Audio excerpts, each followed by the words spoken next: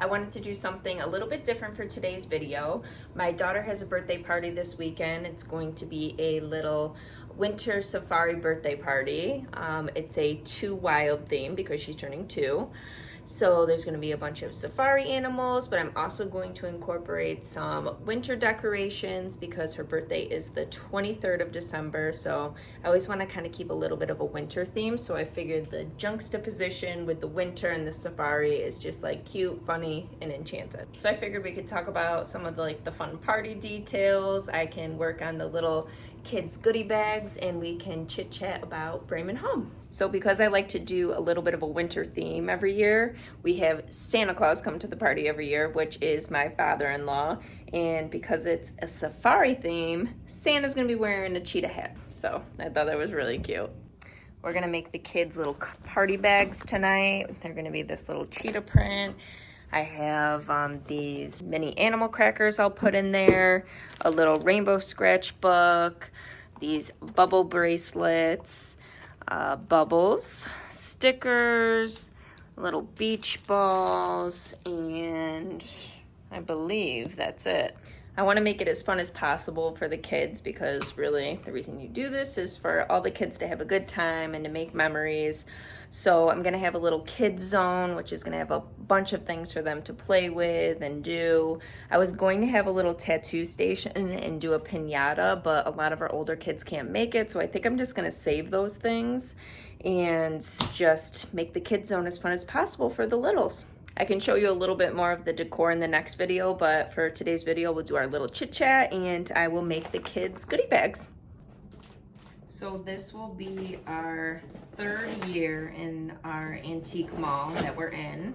We started with one booth and then the neighboring booths, if they decide to move out, then your neighbor, which was us at the time, has first come first serve for the space next to you before it goes into a lottery.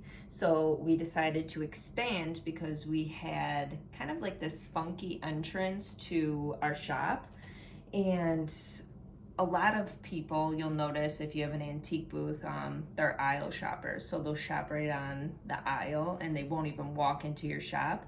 So we thought it was super important to have a lot of frontage, and so we decided to expand.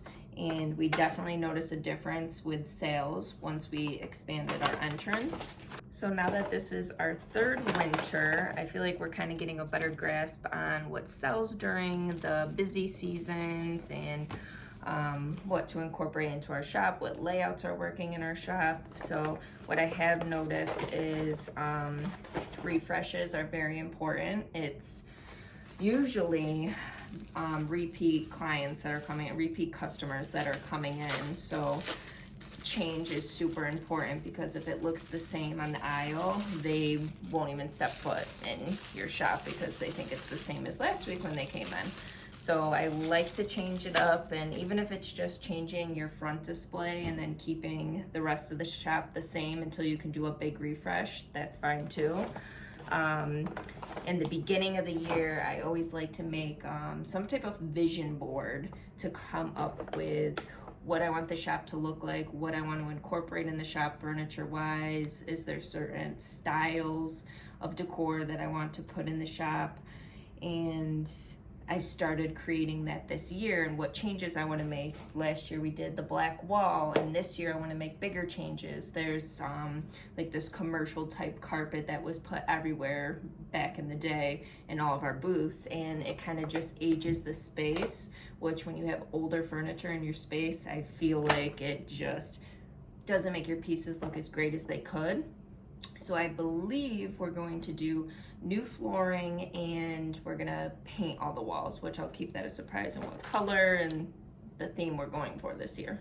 Every year I try to sit down and come up with goals that I have for Bremen home and what worked for me that year, what I would like to improve on, and just trying to think outside the box how to set my space apart from the surrounding spaces. In the antique mall that I'm in is over 200 shops, and we're on the lower level, and it can easily be missed. You know, you kind of want to create a statement for especially regulars to want to go down to your space and just kind of creating a brand for yourself. This year, one of my biggest goals is to be more purposeful, I guess, with my purchases. I'm on Facebook Marketplace all the time. I'm going to estate sales, and I can easily fall in love with a piece and have a good vision, but you have to make sure that it can be cohesive within your space. Kind of a silly goal, but it's something that's been weighing on me, is I really want to incorporate more plants throughout the space. A mixture of some real plants and some artificial plants, but I'm talking like statement pieces, really tall, big plants. I feel like from the aisle, if you're walking down and you were to see big, bold pops of greenery, it's really just going to make a statement to people walking down, and they're gonna want to take that cart and drive right in your space. Now at our antique mall, you're actually required to work a certain amount of days depending on the size of your booth, or you can pay out your working days.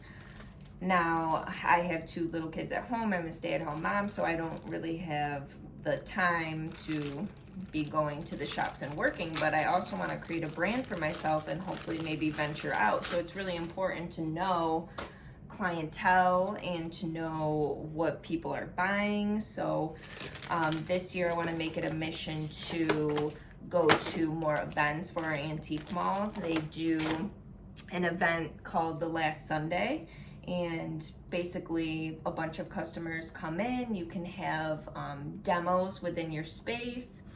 I don't know what kind of demo I would do, but maybe I would do some type of giveaway and just like introduce myself to people, get to know people, see what people are buying, and just pick people's brains, because those are the most important people, are the customers. So you really want to engage with them and, you know, just even say thank you to the customers that are maybe returning back to your shop and purchasing, and you don't even know. All right, guys, I finished the little goodie bags. I had taped them up right here just because Santa is bringing them in his Santa bag, so I don't want anything to fall out, but they turned out cute. I love them. All right, guys, I think that is a wrap for tonight. Thank you so much for watching this video. I hope you guys enjoyed it. If you haven't already, please subscribe to the channel and like this video to see more content like this, and hopefully I'll see you in the next one.